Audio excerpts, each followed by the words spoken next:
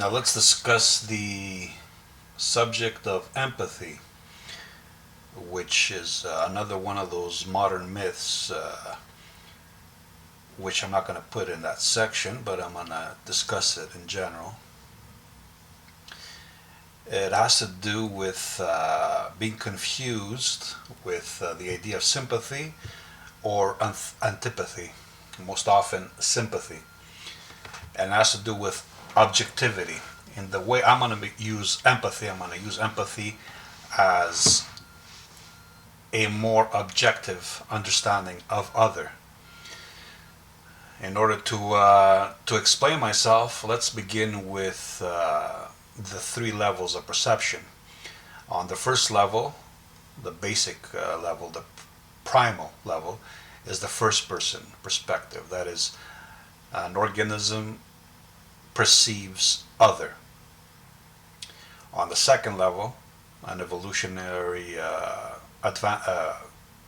advancement, the organism, based on its understanding of itself, on its self-consciousness, projects itself in the position of another.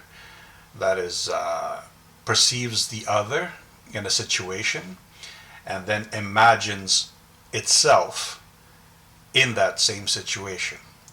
And this, of course, produces sympathy or antipathy depending on the level of self-esteem. This is the second level of consciousness.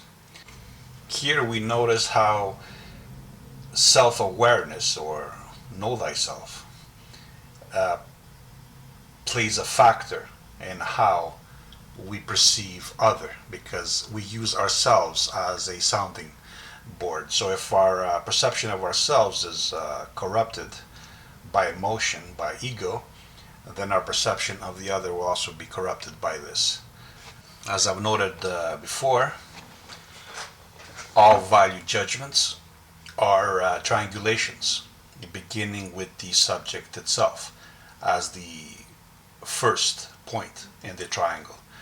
The second being the objective, in this case the other, and the third point is the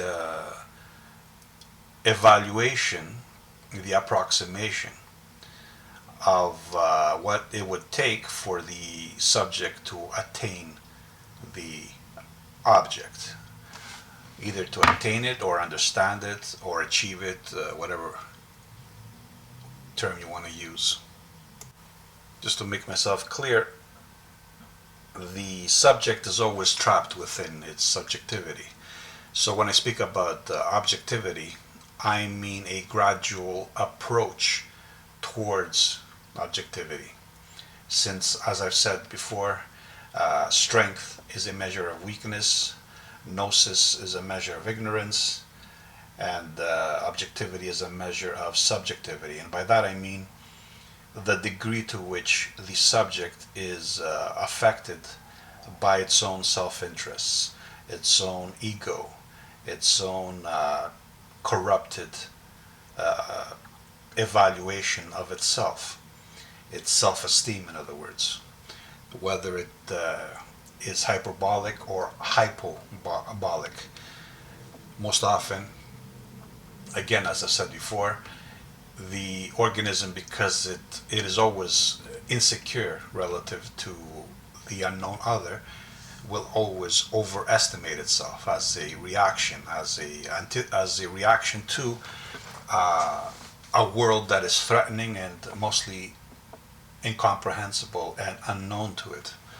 So it assumes that it is negative towards it, and it would be correct, because the world does not care about the survival of the individual.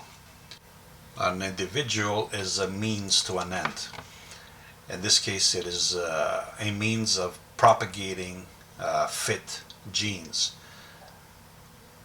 Ergo, Dawkins talks about selfish genes, and I've expanded this to include selfish memes, ideologies, because the individual also is a means of propagating ideologies, worldviews.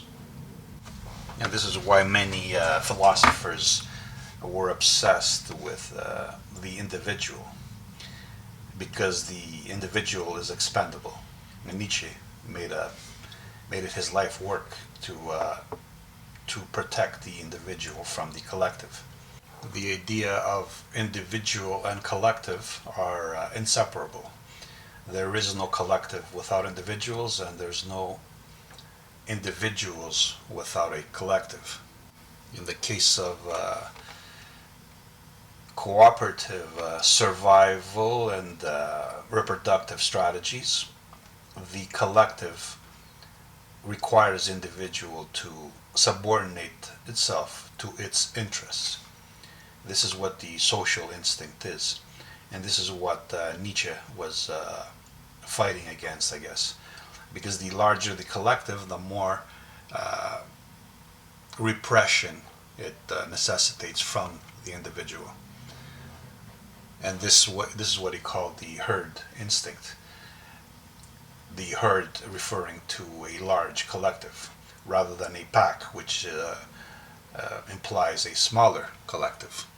Nevertheless, the collective in this case is the species itself. The species is a collective made up of individuals.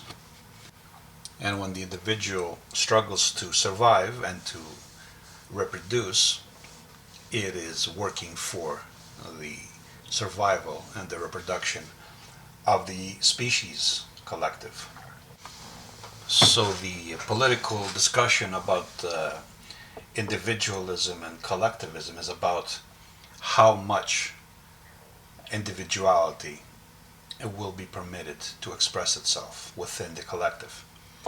But let's put that aside for the moment.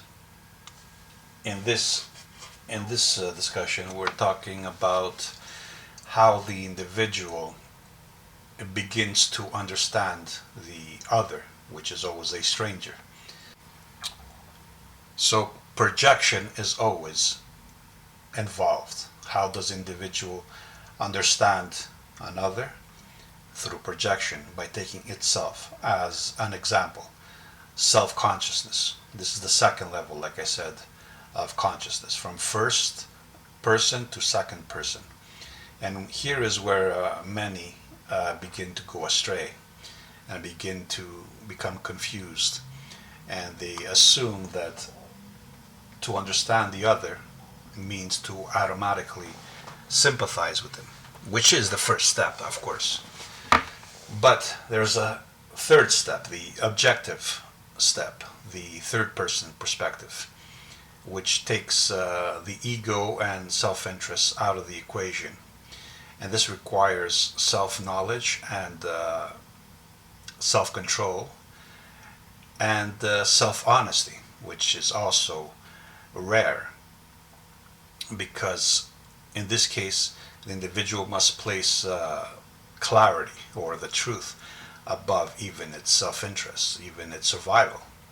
And this is difficult to achieve. This is why know thyself was the primary, the most important Delphic maxim. And very few people can honestly and objectively assess themselves. And like I said, they usually overestimate themselves as a defense, because they really feel insecure, and in order to compensate, they overestimate themselves consciously, and their ego inflates to the degree that they feel insecure. So if you see egotistical people, selfish people that are openly so and pronounced, you know that there's a deep insecurity there. So sympathy is the first step, because it's the easiest. You just take whatever self-awareness you have, your self-esteem, your self-assessment, your self-understanding, and you project it into another person's circumstances, and then you imagine how they might feel, or how they might think, or what they would do. You try to predict their actions. But if your self-awareness is corrupted by your defensiveness, your insecurities, your emotions, then this projection will be erroneous as well. In order to clarify, some people suffer from low self-esteem and some people from high self-esteem. The people with low self-esteem usually overestimate the other, whereas the people with high self-esteem, they overestimate themselves in relation to the other. In both cases, their judgments will be corrupted by this first error, and all their following judgments will be affected by this first mistake in regards to themselves. Like I said, I will be using the term empathy to refer to the third level, from first person to second person, and now to third level of self-awareness. I call this the divine perspective, the third person perspective. And this one involves the elimination of ego, of self-interest, of emotions, of insecurities, and the perception of other as they are. In order to do this, you must be honest with yourself. You must first be correctly aware of who you are, and therefore eliminate gradually this from your perception of the other. So you begin with the projection of yourself into the other person's circumstances, then you slowly eliminate yourself from this assessment, and you imagine the other as closely as you can to how he actually is. And at this point, I want to bring in a quote from an author, the author of Silence of the Lambs, Thomas Harris. He described this objectivity without sympathy or antipathy.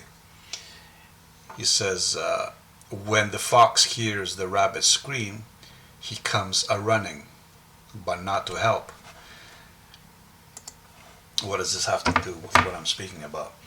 The hunter, in order to make the kill, must noetically enter the prey's mind so as to predict its movements. He must imagine himself as the prey in order to predict what it will do, where it is hiding, how it is defending itself, what methods it is using to evade being killed, being hunted. And he does this using himself as a sounding board, imagining himself, because he is also a prey, imagining himself being hunted, and then eliminating his species inclinations so as to understand this alien other species he is hunting. Or if he's hunting men, then he could eliminate his ego and his self-interest and all emotions. So there is no sympathy nor antipathy in this case. There is just objectivity. There is just empathy. And I don't mean to say that understanding the other is in order to harm him. I just use the hunter as an example, because it is possible for a man to understand another man without feeling neither sympathy nor antipathy towards him, to understand him as he is, or as close as he can to what he is. And this depends on the subject's own talents and, like I said, self-honesty and awareness. And we see this in marketing or in sales, where the salesman tries to exploit or manipulate his target, not because he wants to sympathize with him, nor because he wants to antipathize with him, but in order to take advantage of his weaknesses of his needs, desires, in order to sell him a product, in order to take away his money. In this case, it's not really a self-awareness that is expected from a salesman, but a knowledge of human nature, which is a second-hand self-awareness. So there are two types of knowledge. There's the first person, based on experiences, personal experiences, and then there's a second-hand knowledge, which is based on other people's experiences transmitted linguistically. And of course, first-hand experiences, first-hand awareness and knowledge is superior to second-hand, because you can always tell when an individual applies second-hand knowledge. And here I like to bring in another parameter to the subject, the idea that a higher IQ species individual can understand a lower IQ species individual better than it can ever understand itself. For example, a man can understand a chimpanzee more than it can ever understand itself through this method of projection. Whereas from the perspective of the lower IQ individual, again using itself, its self-awareness as a grounding, we can see how its inferior self-awareness and general awareness will also corrupt its understanding, especially of something that is far above it and for it is incomprehensible. So we have three factors. The first is self-awareness, which is affected by IQ, intelligence, pattern recognition. The second is the ability to eliminate emotion, self-interest, ego, to attain objectivity. And this is difficult even for a high IQ person, because insecurity has little to do with intelligence. Many intelligent people are insecure, and this affects their judgments.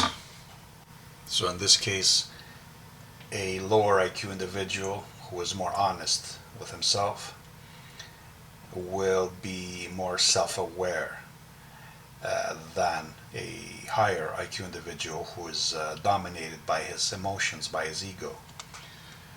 And this is why narcissism is so corruptive. And this is why in Americanism narcissism is promoted, actually. This idea, which in America is called individualism. This is a concealed narcissism, to be interested only with yourself and to have no collective identity. And without a collective identity, without a sense of community, the individual feels very insecure.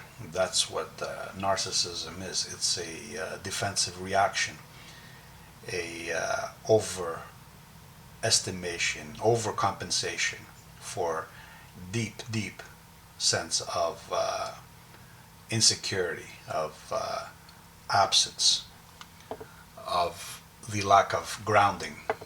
The narcissist essentially is immersed in his subjectivity. And this inability to correctly understand the other by first understanding yourself leads to more defensiveness, because the other will always surprise us, will always disappoint us, because we haven't understood him as he is, but as we wish him to be. Somebody once said, pertaining to modern women, that modern women do not truly love their husbands, but they only love what they can do for them, how they make them feel.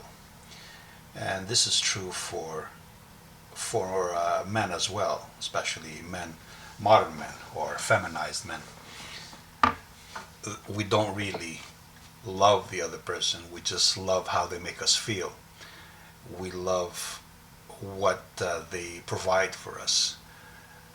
We love what they do for us. But this is true on a genetic level. Why does a parent love his children? Does he love them or himself in them? He loves because they carry a part of him. So everything is selfish, I guess. This is the truth. Even selfless acts are selfish in nature. And in order to have a stable relationship, we must keep this out of our mind. And most people cannot even reach that level, so for them it's not a problem. But for those that can reach this level, they have to forget this. They have to keep it away from their consciousness because it will affect them, their performance. It will affect their relationships. And I guess that's why many philosophers ever had any stable or good relationships. They never got married. Which reminds me of another Harris quote.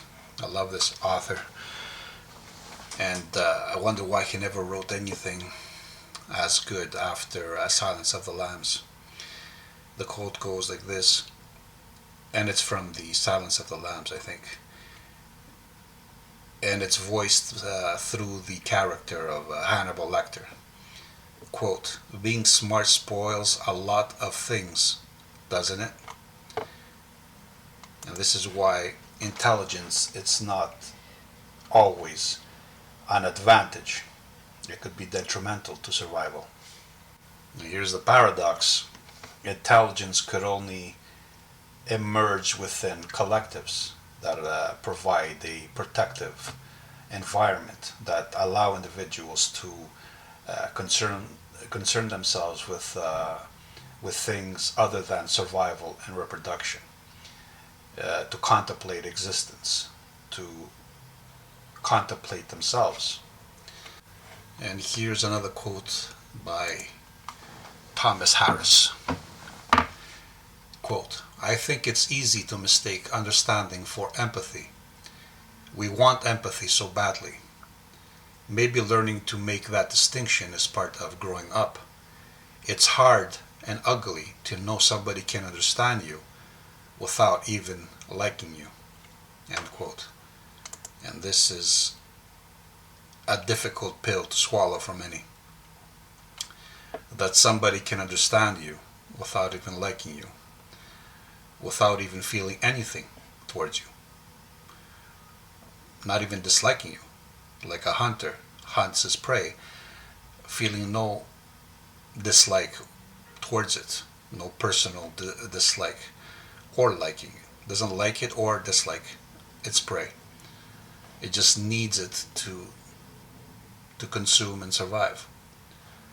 And this is one aspect of the primordial sin, when Christianity talks about the inherent sinfulness of man, that refers us back to the Adam and Eve story. It's about the loss of paradise, which means that man was then cast out of paradise and had to kill other life to survive. And this guilt had to be assuaged. In pagan systems, the hunter made sacrifices. In essence, it honored its prey after it had killed it, because he knew that where his prey is now, he will be in the future. He is both hunter and a prey. And this is what he paid homage to when he honored his prey, or he honored his enemies in battle. In Christianity, this becomes, and in all the three Abrahamic religions, this becomes the victim psychology. the victim psychology, which must always identify with the prey, with the victims of the world, as the lowest common denominator. This is why most people feel sympathy towards those they project themselves into. We always feel sympathy towards them. Rarely do we feel antipathy, because in the back of our heads we know that one day what they are going through we will go through, and I guess we want others to feel sympathy towards us when the time comes. Sympathy from the Greek sympasko. I share in your passions. I share in your suffering. Because existence for life is always experienced as suffering, a constant need and suffering. And this returns us back to Schopenhauer, I guess. And why is existence always suffering? Because it is attrition, temporal attrition. The more we interact, we exist, the more our energies are depleted, and we need to replenish them. That's why we constantly need to consume food. That's why we constantly need to protect ourselves. And that is why we always identify with the sufferer. But again, if we want to be objective, which is hard to do, then this cannot factor into our thinking, cannot factor into our understanding of the other. Suffering has nothing to do with it. And here we must include another quote by Heraclitus, my favorite pre-Socratic philosopher. Quote, "Much learning does not teach men understanding." Because knowing and understanding are two different things.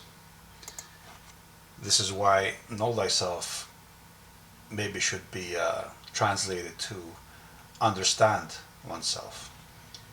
Because what is understanding? First of all, what is knowledge? Knowledge is collected sensory data processed by the brain, stored as memory.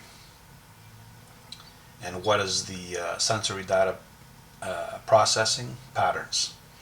Like I said many times, all is energy. So we perceive existence as phenomena, that is, perceptible patterns, which we then process into sensations and feelings and abstractions and ideas and images and so on and so forth. So what is understanding? Understanding is finding patterns underlying these perceived patterns, governing their behavior. So to understand somebody, you must see what is underlying his behavior, his actions, what is motivating him. And this requires delving into him objectively, because taking yourself as a sounding board, as a foundation, is useful, but at some point you are not really seeing the other, you are seeing yourself in the other's circumstances. In order to eliminate this part, you have to collect a lot of data from multiple sources to cross-reference in order to eliminate this subjective corruption, these emotions, these self-interest, this ego, so that you can perceive the other as he is and not as you want him to be. And this, like I said, requires the accumulation of data from multiple sources. First hand, and second-hand knowledge compared to your personal experiences in order to find a common thread, a pattern. And you might even study other species as well. Study all life, what motivates them, especially primates. And you have to include all that in your understanding of the other. So you never listen to what the other is saying. The other's words might be duplicitous, might be based on self-deception, on low self-awareness, on ego, on emotion. They may be trying to fool you. They might be trying to fool themselves. And most often that is the case. Self-deceit is very common. It's a very common defensive method. Many people, most people, don't even know themselves or why they do the things they do or why they think the things they think. So you never listen to what they say. You watch what they do and you see the pattern, and then you compare it with yourself and when you've acted in a similar way. So then you can see, you can glean into what is underlying their actions, what their true motives are. But most people don't even want to go into that.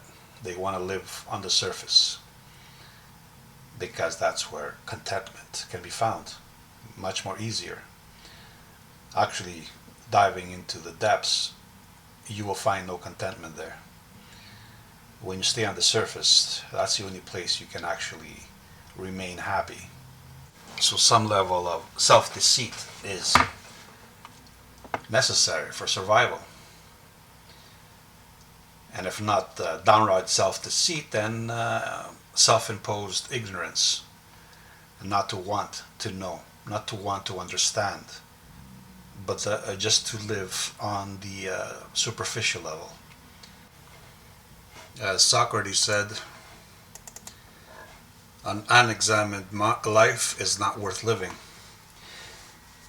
But what he did not tell us is that if you examine things too closely, they lose their magical appeal. If you examine a woman too closely, she loses her seduction. If you examine a painting too closely, you see all the tricks of the trade. You see the painter's technique, the way he created the illusion, and this destroys the magic of it. So if you examine life too closely, then you will do what Schopenhauer did and seclude yourself, and you will become a pessimist. That's why too much understanding requires a certain constitution, because it can break a man. Again, I turn to Thomas Harris for some insight. Not Sam Harris, not that idiot, but the author of Hannibal Lecter, the Hannibal Lecter trilogy. He said, I quote, "We can only learn so much and live."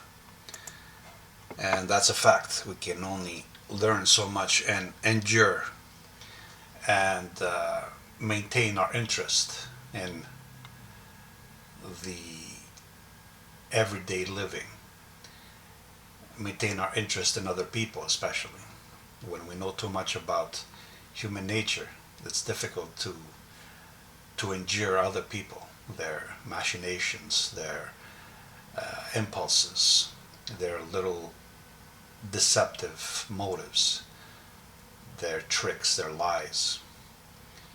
It's difficult. That's why, again, Schopenhauer and Nietzsche and many others, Kierkegaard, off the top of my head, they secluded themselves, they isolated themselves. Too much understanding is detrimental to living, especially to cooperative living, to social living, where a man remains dependent on other men, often lesser men,